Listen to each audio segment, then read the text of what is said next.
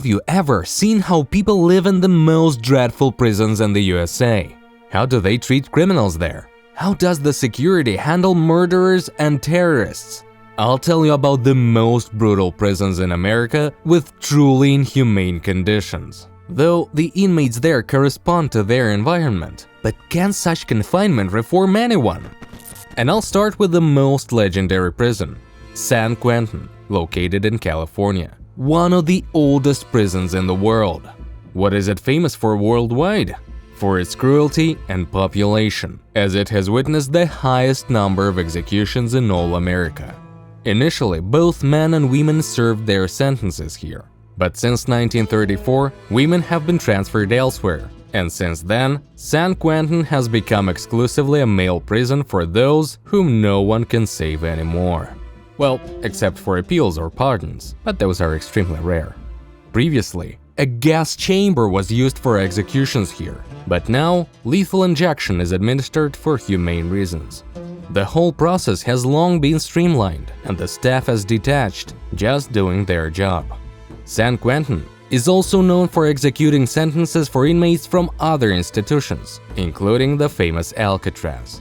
Currently, the prison has 3,302 places for death row inmates.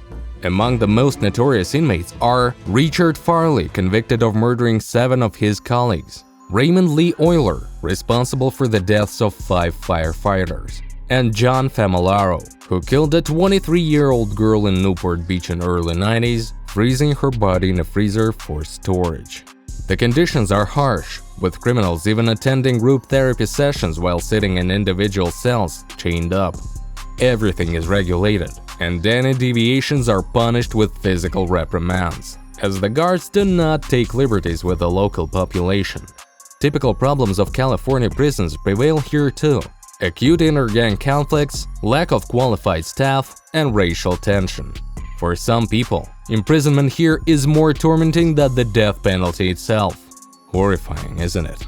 But believe me, I'll tell you about even tougher places later. But sometimes a prison gets a bad reputation not only because of the death penalty or conditions of confinement. Pelican Bay in Crescent City is a place that few outside criminal circles know about.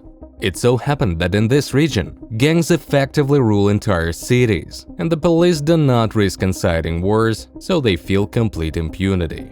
But what happens when members of these gangs end up behind bars? The answer is simple: they are sent to Pelican Bay. And here's the problem: there aren't many prisons in the region, and gangs often feud with each other, and the detainees who were enemies yesterday due to a shootout end up on the same prison yard. Can you imagine the intensity there?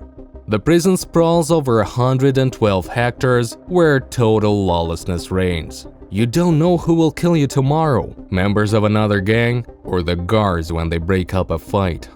After all, no one takes liberties here, and the population corresponds to its environment. Inmates, most of whom are gang members, spend at least 8 years in solitary confinement, meeting only in the inner yard. Many of them face serious psychological problems, such as post-traumatic stress disorder, hallucinations, and depression. The most unstable end their lives by hanging. In addition, numerous hunger strikes have occurred in this prison, and numerous lawsuits have been filed against the harsh conditions of solitary confinement.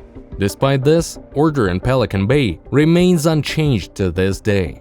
And if you want to survive, it's better not to stir up trouble. And here's another horrifying place. The prison in Grand Parish, Louisiana, rightfully ranks among the most dangerous places in the country. It is here, in the Pollock Correctional Facility, that the number of murders can rival even the number of similar crimes outside.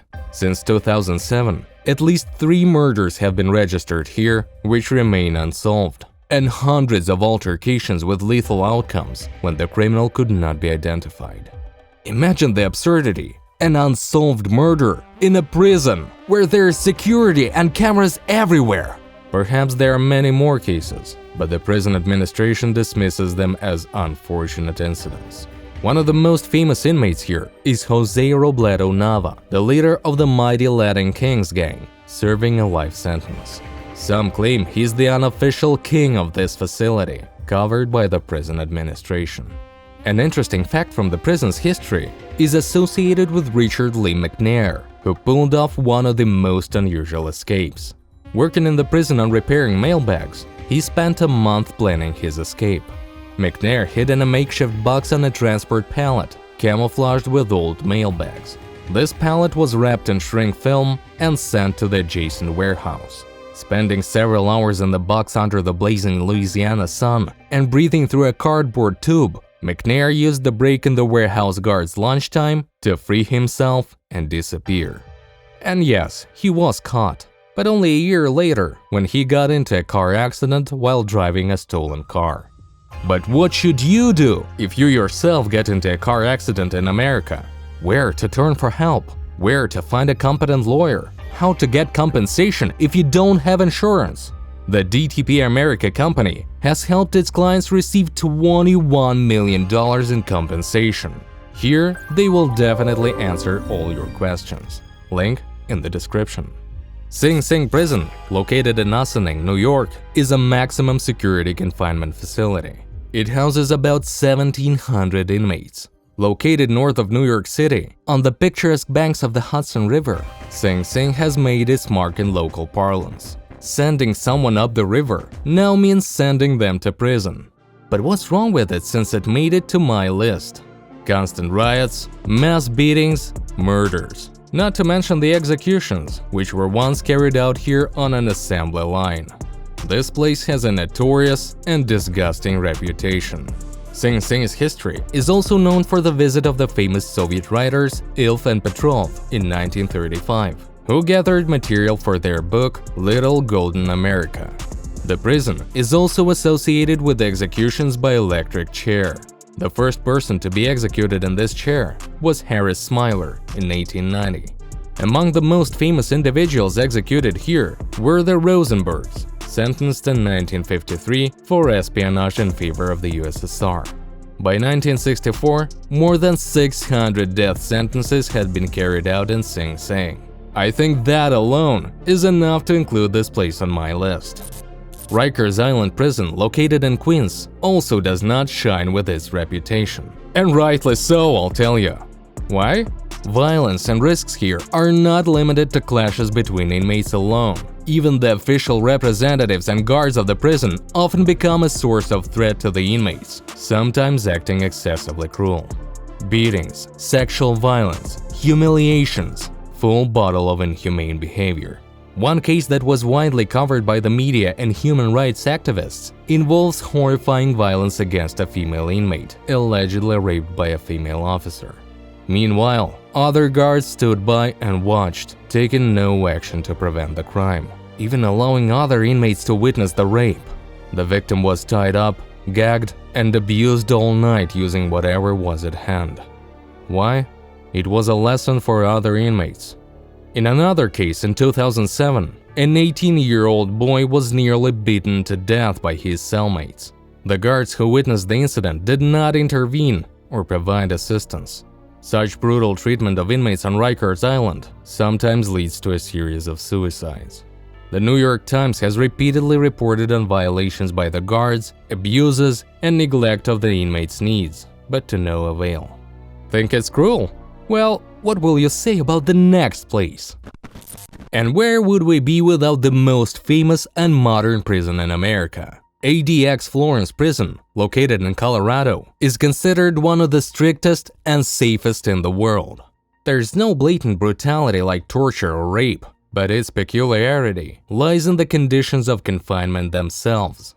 It was opened in 1994 and is intended for the containment of extremely dangerous criminals, including terrorists, serial killers, and organized crime leaders.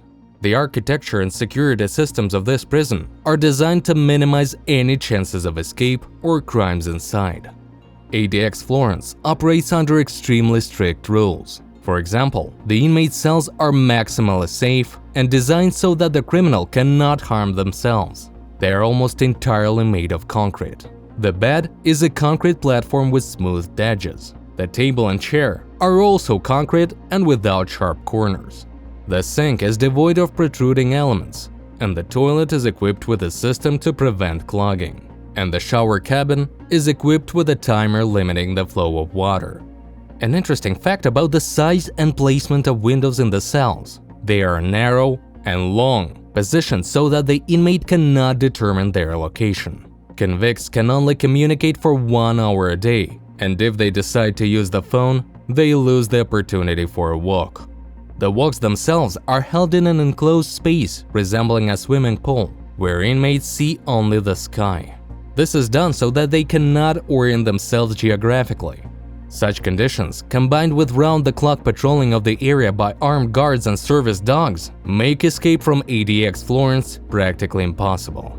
Long-term isolation can lead to serious psychological problems, and some experts believe that such conditions can be equivalent to torture. As you understand, it's impossible to leave it as a mentally healthy person. Can this be considered rehabilitation? A rhetorical question. I'm talking about the Men's Central Jail in Twin Towers in Los Angeles, California. People convicted of credit card fraud, drunk driving, or drug use serve their sentences here. At first glance, the inmates here may seem harmless, but the reality is that the Men's Central Jail can be even more dangerous than many other maximum security facilities in the USA. Why? The prison is located in the heart of Los Angeles, and representatives from all walks of life end up behind its walls. Some inmates never leave. The situation in this place is so serious that in 2016, Los Angeles County Sheriff Lee Baca was forced to resign after a series of scandals involving beatings of inmates by guards. His deputy, Paul Tanaka, also ended up behind bars for attempting to cover up these crimes. People are tortured and humiliated to extort money, and the scariest part is that everything is streamlined. The guards have their own brigades among the inmates. Some gain trust, others provoke conflicts, and the rest help resolve issues. If persuasion with a carrot fails, they resort to the stick. Relatives of the convicted have filed petitions, shared their problems on social media, but apparently, the business is just too profitable. And last but not least, greetings from sunny California. Folsom State Prison is known far beyond the state borders. While many enjoy the beauty and entertainment of California, for some residents of the state, life takes a completely different turn. They spend their days behind bars in Folsom. This place gained its notoriety due to the cruel treatment of inmates, especially in the 70s and 80s. Although, to be frank, nothing has changed now either. The place has a very bad reputation. One of the earliest tragedies occurred in 1937, when an inmate trying to escape was stabbed and died from his wounds. He didn't necessarily have to be killed upon apprehension. It was done more out of anger than necessity. Since then, violence in the prison has only intensified. The problem with Folsom was that it housed members of rival gangs, blacks, whites, Latinos, and Asians, forced to live under one roof. I think you've seen something similar in American movies, where in one corner of the yard are the far right, in another are African Americans, and in the third are Asians. And everyone is looking for a reason to attack each other. And here, it happens in real life. So violence and clashes in Folsom are commonplace. The situation began to improve only with the expansion of other prisons, such as Pelican Bay, which were able to provide separate housing for members of different gangs. Nevertheless, even in the early 2010s, there were still mass riots in Folsom related to the enmity between gangs, resulting in several inmates being killed. At the current moment, with the number of inmates skyrocketing across the country, the situation only worsens, as the prisons are genuinely overcrowded. As they say, thank you for watching.